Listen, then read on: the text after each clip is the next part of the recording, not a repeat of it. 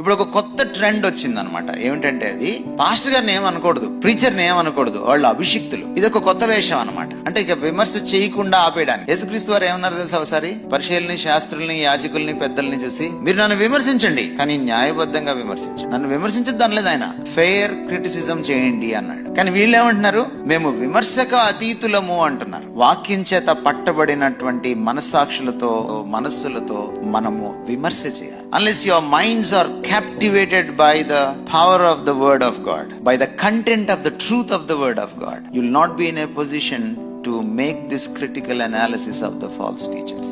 ప్రతి ఆత్మను వివేచించండి. ఎందుకంటే ప్రతి ఆత్మ పరిశుద్ధాత్మ కాదు, అది పరాయి ఆత్మ. ఆ పరాయి ఆత్మ ఏదో, పరిశుద్ధాత్మ ఏదో మనం క్రిటిక్ చేయాలి. పౌలు తిమోతిని హెచ్చరించాడు, తీతుని హెచ్చరించాడు, ఇలాంటి వాళ్ళతో జాగ్రత్తగా ఉండు. We are instructed in the Holy Scripture.